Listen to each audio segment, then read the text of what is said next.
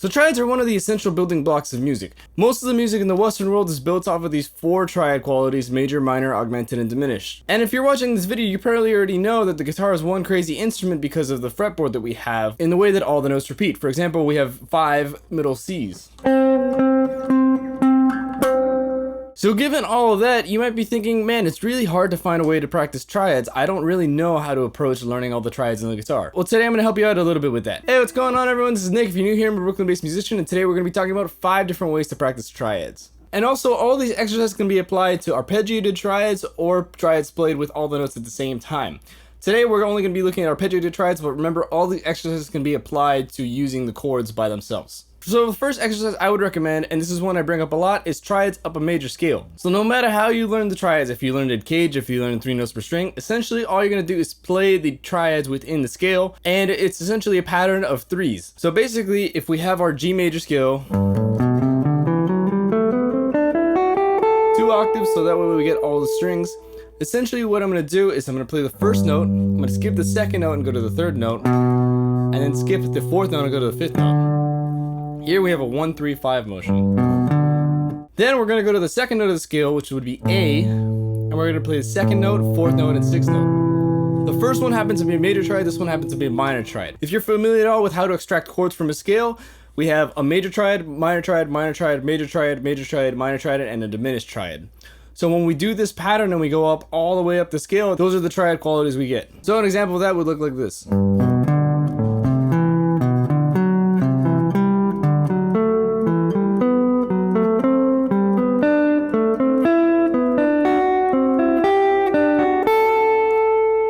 So that's the first option. You can play all of them going up or all of them going down.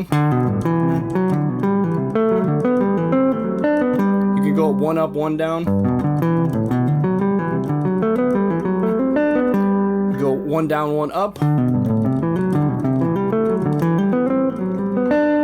And you can do it in any convoluted pattern you think of. Any way you can practice it is good. The more ways you practice it, the better it is, because the more flexible you are with that. Then the next approach would be to play triads within a sequence. So for this one, I'm going to take major triads and we're going to go up in whole steps. And essentially, we're just going to go up and down the neck. I'm going to set a range from like G down here to D up here.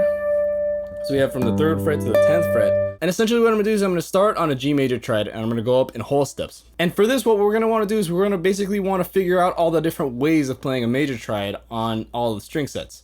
So for example, this is one way to play G major. We have this sort of shape. And then we can also play like this. We could also play like this. Then on the next string, for example, if we're going to play D major, we have it like this, or like this, or like this. Same way as the previous string set. And then the next one, since we incorporate the B string, the B string's tuned a little differently, we have a few different ways. We have this one, this one. These are the same, but then the third one's different. Then starting on the G string, if we're going to do B major, we have this, or like this. Okay, now that we're back in 440, then finally on the B string, you only have 2 combinations. You can either do it like this, or like this. So what I'm going to do is I'm going to start on G, and then I'm going to go up here to D. I can't go past it, so if I'm going to play a note that is going to exceed this range, then I'm going to go down in direction. So I'm going to start off and go in whole steps. So we're going to play G major, A major, B major, C sharp major, D sharp major, F major, then G major. And that's going to sequence. So it's going to look like this.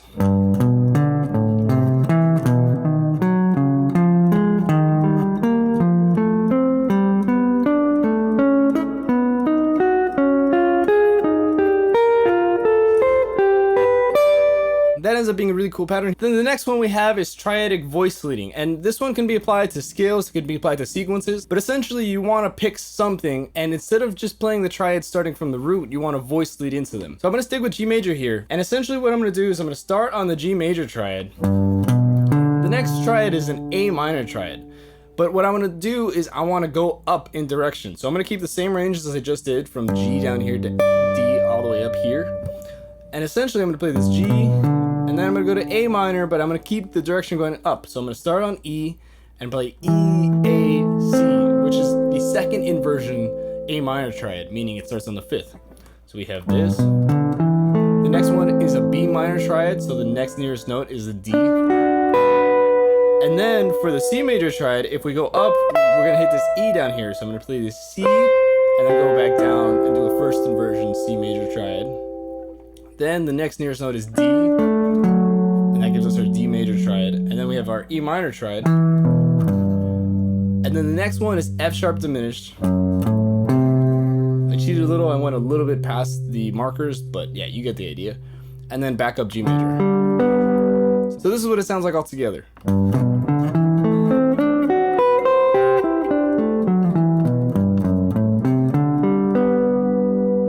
It's a pretty cool sound, you get a lot of cool combinations. So then the fourth exercise would be triad cycles. Now essentially what we're gonna do is we're gonna pick an interval and we're gonna play diatonic triads going in that interval. So for example, let's say we're gonna be in C major and we wanna play diatonic triads going up in thirds. So first off, we're gonna start off with C, and we're gonna go up a diatonic third to E minor. But instead of just playing any old E minor voicing, we wanna keep the voices as close as possible. C major triad has C, E, and G, and E minor triad has E, G, and B. So the only note difference is C to B, so we're gonna just move this down here. I normally play this as a chordal exercise, playing all the notes at the same time, but we can also arpeggiate this. I'm gonna go one up and one down, and I'm gonna go through the cycle. So we have C, E, G, and then we have G, E, B, and then we have B, D, G, and then we have B diminished next, so the G goes down to F, D, B, then D minor, A, D, F, then F, C, A, C, E, and then E, C, G. So all together fast, it sounds like this.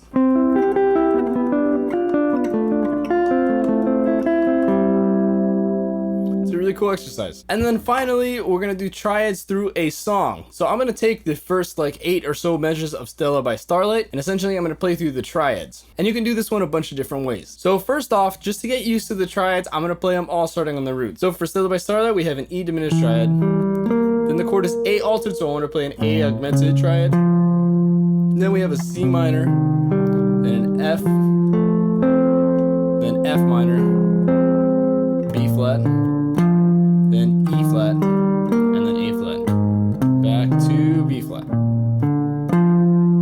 So that's one way to play them. And the exercise that I want to do is to take the range that we were using before from G to D, and I want to go up the neck and do the same exact thing we did earlier, but now through the chords of Stella by Starlight instead of through the scale. This is a really practical exercise because not only are we one, learning the song, but two, we're learning triads a little better. We're working on this in a practical way that we might actually use on a gig. So I'm gonna start off right here at the G down here, and we're gonna go up, and then we're gonna slide over to F or E sharp in this case, and play A augmented triad, and then we're gonna go up C minor, and then back down F because we're getting close to the range, and then we're gonna go down F minor, and then we're gonna go up B flat because the B flat has an F down here, so that passes the range. We're gonna go D, F, B flat, and then we're gonna go up E flat, and then down A flat,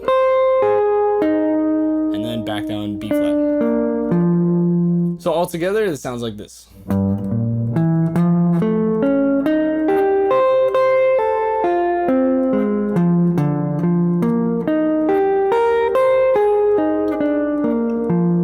It's a really cool way to present a line. That was sort of, I guess, in triplets, I guess half note triplets technically, because all the chords last the bar. But anyway, you can kind of modify the rhythm and do whatever you want with that.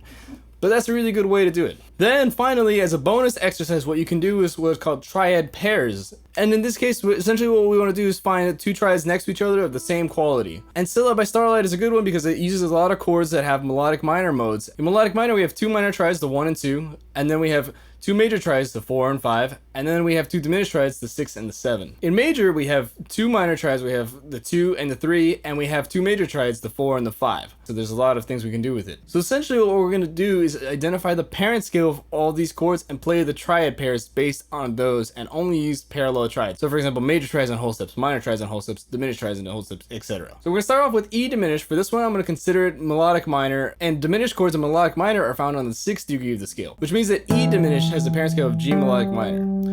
So for this one, we can use our diminished triad pairs. We can play E diminished to F sharp diminished. Now A altered is a 7th mode of melodic minor, so we use B flat melodic minor. So going from our F sharp diminished chord, I'm going to then go to B flat minor. And then we're gonna do C minor. So here are the triad pairs so far for the first two chords.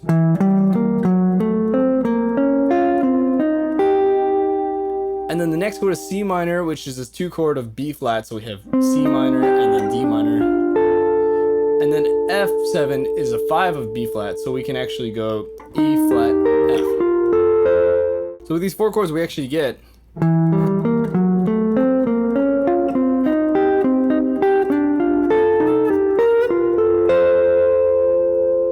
it sounds really cool, and it's a really good way to practice triads. And if you want to get more familiar with melodic minor, check out this video I made on the modes of melodic minor. If you're still struggling to find the chords within the scale, I have this video on how to find the chords within the scale, and I go over it from the beginning, talk about intervals, talk about the notes of the fretboard, and all that. So if anything today confused you, definitely check out this video right here. But that's about all I have for you today. Thank you so much for watching and making it all the way to the end. If you've enjoyed this, like and subscribe, and I'll see you in the next video. Take care.